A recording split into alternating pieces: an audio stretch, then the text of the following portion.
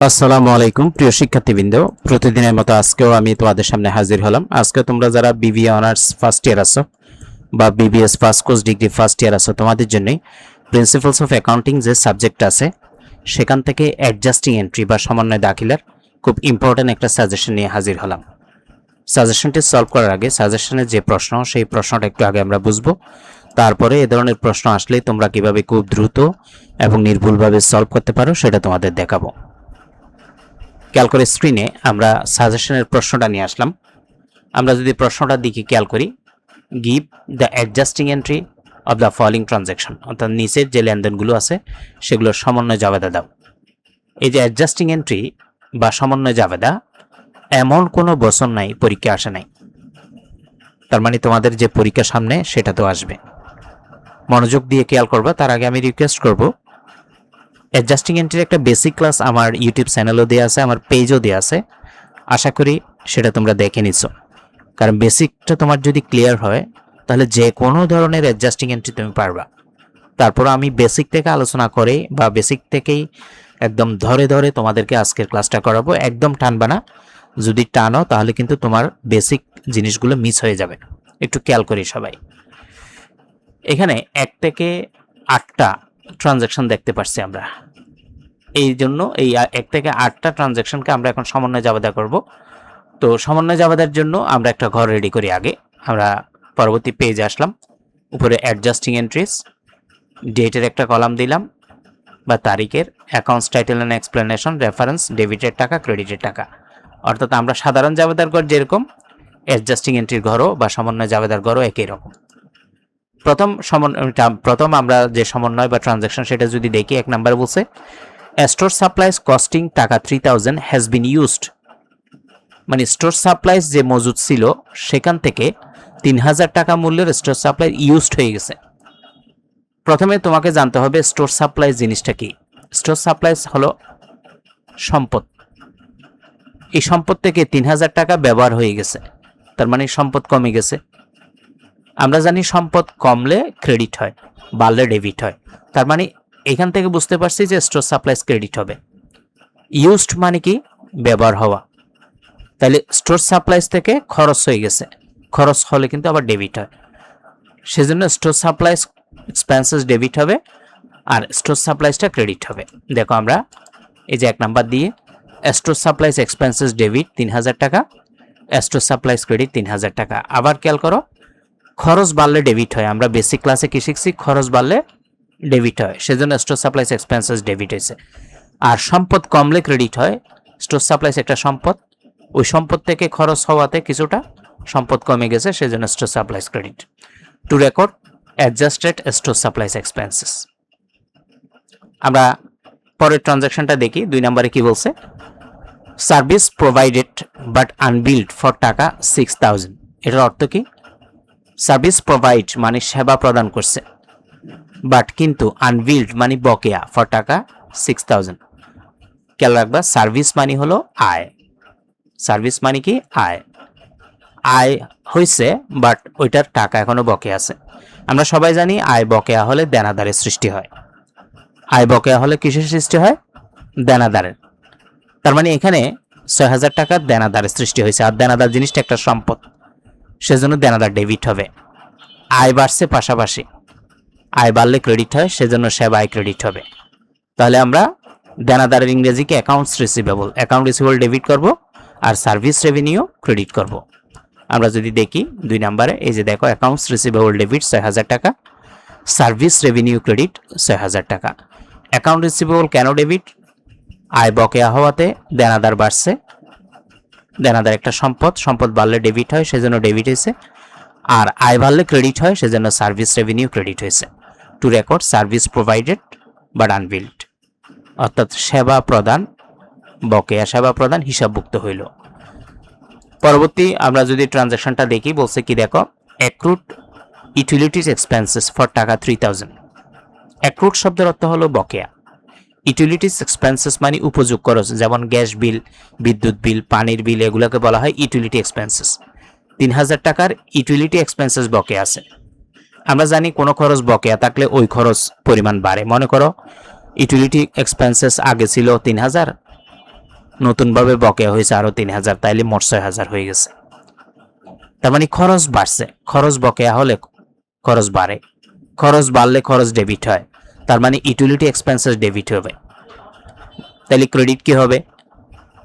যে খরচটা বাড়ছে সে খরচটা কিন্তু একটা দায় সৃষ্টি হয়েছে, দায় বাড়লে দায় ক্রেডিট হয়, সেজন্য ইউটিলিটিস এক্সপেন্সেস পেয়াবল ক্রেডিট হবে। দেখো 3 নম্বরে আমরা কি দিয়েছি, ইউটিলিটি এক্সপেন্সেস ডেবিট, খরচ বাড়ছে বলে, ইউটিলিটিস পেয়াবল প্রদেয় খরচ একটা দায়, সেজন্য দায় বাড়লে ক্রেডিট হয় বলে utilities payable credit. Two record accrued utility expenses, বকেয়া উপযোগ খরচ হিসাবভুক্ত হইল বা লিপিবদ্ধ হইল। 4 নম্বরে যদি আমরা দেখি কি বলছে, unearned service revenue amounting to টাকা 5,000 হ্যাজ বিন আর্নড। এটার অর্থ কি? আনআর্নড সার্ভিস রেভিনিউ মানে অনুপার্জিত সেবা আয়, অ্যামাউন্টিং টু টাকা 5,000 মানে 5,000 টাকা, হ্যাজ বিন আর্ন মানে উপার্জন হয়েছে। অনুপার্জিত সেবা আয় মানে অগ্রিম সেবা আয়, অগ্রিম আয় মানে কিন্তু দায়, ওই দায়ের থেকে 5,000 টাকা দায়ের পরিমাণ কমে গিয়ে এটা আয় হয়ে গেছে। তার মানে এখানে দায় কমছে, আয় বাড়ছে, দায় কমছে বলে দায়টা ডেবিট হবে, তার মানে আনআর্নড সার্ভিস রেভিনিউ ডেবিট হবে 5,000, আয় বাড়লে ক্রেডিট হয়, সেজন্য সার্ভিস রেভিনিউ ক্রেডিট হবে 5,000। দেখো তো এই যে আনআর্নড সার্ভিস রেভিনিউ, এটা দায় কমছে বলে 5,000 ডেবিট হয়েছে।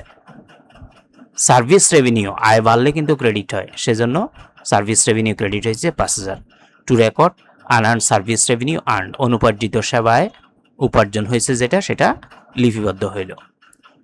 আমরা যদি পরে ট্রানজাকশন দেখি, ফার্স্ট নাম্বারে বলছে অ্যাক্রুড স্যালারি ফর টাকা 8,000, অ্যাক্রুড মানে বকেয়া, এই 3 নাম্বারের মতো কিন্তু ফার্স্ট নাম্বার, এটাতে অ্যাক্রুড ইউটিলিটি এক্সপেন্সেস দিল 3 নাম্বারে, ফার্স্ট নাম্বারে অ্যাক্রুড স্যালারি মানে বেতন বকেয়া। তাইলে বেতন বকেয়া হলে বেতন একটা খরচ বাড়বে, সেজন্য খরচটা ডেবিট হবে, অর্থাৎ স্যালারি এক্সপেন্সেস ডেবিট হবে, আর বকেয়া খরচ একটা দায়, সেজন্য স্যালারিস পেয়াবল ক্রেডিট হবে। আমরা যদি দেখি পরবর্তী পেজে, দেখো ফার্স্ট নাম্বার দিয়ে স্যালারি এক্সপেন্সেস খরচ বাড়ছে বলে ডেবিট করছি 8,000, স্যালারিস পেয়াবল প্রদেয় খরচ একটা দায় বলে ক্রেডিট করছি 8,000, তার মানে খরচ বাড়লে ডেবিট আর দায় বাড়লে credit. Two record accrued salary expenses, সেজন্য বলবো বেসিক ক্লাসটা অবশ্যই দেখে নিবা, আমি বেসিক ক্লাসে কিছু এই কনসেপ্টগুলো একদম ক্লিয়ার করে দিছি। আমরা পরে ট্রানজাকশনটা যদি দেখি, 6 নম্বরে বলছে প্রিপেড রেন্ট অফ টাকা 5,000 has been expired. Prepaid rent মানে অগ্রিম ভাড়া, অফ টাকা 5,000 5,000 টাকা অগ্রিম ভাড়া, হ্যাজ বিন এক্সপায়ার্ড মানে কি অতিক্রান্ত হয়েছে, অর্থাৎ খরচ হয়ে গেছে। প্রিপেড রেন্ট অগ্রিম ভাড়া, অগ্রিম যে কোনো খরচ কিন্তু সম্পদ, অগ্রিম যে কোনো খরচ কি সম্পদ, এই সম্পদ থেকে 5,000 টাকা খরচ হয়ে গেছে, খরচ হওয়া মানে কি ডেবিট হওয়া, খরচ হইলে ডেবিট, সেজন্য রেন্ট এক্সপেন্সেস ডেবিট হবে। প্রিপেড রেন্ট কমে গেছে মানে সম্পদ কমছে, সেজন্য প্রিপেড রেন্ট ক্রেডিট হবে, তার মানে রেন্ট এক্সপেন্সেস ডেবিট। দেখো prepaid rent credit, rent expenses কেন, খরচ হয়েছে বলে ডেবিট হয়েছে, প্রিপেড রেন্ট কেন ক্রেডিট, প্রিপেড রেন্টের পরিমাণ কমে গেছে, সম্পদ কমছে বলে ক্রেডিট। অর্থাৎ তুমি এক জায়গায় কিছু ভাড়া অগ্রিম দিয়ে রাখছিলা 3 মাসের, সেখান থেকে 1 মাসের খরচ হয়ে গেছে, ওই অগ্রিমটা যখন দিছিলা তখন কিন্তু ডেবিট হয় সম্পদ বলে, আর অগ্রিম থেকে যখন কাটতে থাকবে অগ্রিম কমবে, সম্পদ কমছে বলে প্রিপেড রেন্ট ক্রেডিট দিছে, আর রেন্ট এক্সপেন্সেস খরচটা ডেবিট হয়। Two record adjusted rent expenses, ভাড়া খরচ সমন্বয় করা হইল। আমরা যদি পরের ট্রানজাকশনটা দেখি, 7 নাম্বার বলছে depreciation of furniture amounting to টাকা 4,000 is to be accounted for, অর্থাৎ ফার্নিচারের অবশ্যই 4,000 টাকা হিসাবভুক্ত করতে হবে। দেখো অবশ্যয়ের সকল সম্পত্তির অবশ্যই যাওয়া হলো অবশ্যই ডেবিট, পুঞ্জীভূত অবশ্যই ক্রেডিট, অর্থাৎ depreciation expenses debit, accumulated depreciation credit. এখন কথা হলো ডেপ্রিসিয়েশন এক্সপেন্সেস কেন ডেবিট, কারণ এটা একটা খরচ, খরচ সবসময় ডেবিট, সেজন্য ডেপ্রিসিয়েশন এক্সপেন্সেস ফার্নিচার ডেবিট, অর্থাৎ আসবাবপত্রের অবশ্যই ডেবিট। অ্যাকুমুলেটেড ডেপ্রিসিয়েশন ফার্নিচার কেন ক্রেডিট, পুঞ্জীভূত অবশ্যই এটা একটা হলো বিপরীত সম্পত্তি হিসাব, যেটাকে ইংরেজিতে বলা হয় কন্ট্রা অ্যাসেটস অ্যাকাউন্ট। বিপরীত সম্পত্তি হিসাব সবসময় ক্রেডিট হয়, মানে সম্পদের বিপরীত, সম্পদ যেহেতু ডেবিট, বিপরীত সম্পদটা ক্রেডিট, সেজন্য accumulated depreciation furniture credit. Two record depreciation expenses adjusted, অবশ্যই খরচ সমন্বিত হইল। আমরা যদি সর্বশেষ ট্রানজ্যাকশনটা দেখি 8 নম্বরে, সেলস অন অ্যাকাউন্ট অফ টাকা 20,000 is not accounted for. On account মানে বাকিতে, সেলস মানে বিক্রয়, তার মানে বাকি বিক্রয় 20,000 টাকা হিসাবভুক্ত করা হয়নি। নট অ্যাকাউন্টেড ফর মানে এখনো হিসাবভুক্ত হয়নি। ধারে বিক্রয় বাকি বিক্রয়ের দ্বারা দেনাদারের সৃষ্টি হয়। দেনাদার একটা সম্পদ আর বিক্রয় একটা আয়, তার মানে এখানে সম্পদ বাড়ছে, আয়ও বাড়ছে। সম্পদের নাম কি? দেনাদার। বিক্রয়ের সাথে দেনাদারের সম্পর্ক, তার মানে অ্যাকাউন্ট রিসিভেবল ডেবিট হবে, আর আয় মানে বিক্রয়, সেজন্য সেলস বা বিক্রয় ক্রেডিট হবে। দেখো 8 নম্বরে অ্যাকাউন্ট রিসিভেবল এই সম্পদ বাড়ছে বলে ডেবিট হয়েছে, সেলস এখানে আয়, বিক্রয় একটা আয় বাড়ছে বলে ক্রেডিট হয়েছে। To record sales on account, দাঁড়ে বিক্রয় হিসাবভুক্ত হইল। ক্লাসটি ভালো লাগলে শেয়ার করবা, কারণ তোমার একটা মাত্র শেয়ার আরও 10 জন শিক্ষার্থী উপকৃত হবে। সবার প্রতি শুভকামনা রইল। আসসালামু আলাইকুম ওয়া রাহমাতুল্লাহি ওয়া বারাকাতুহু।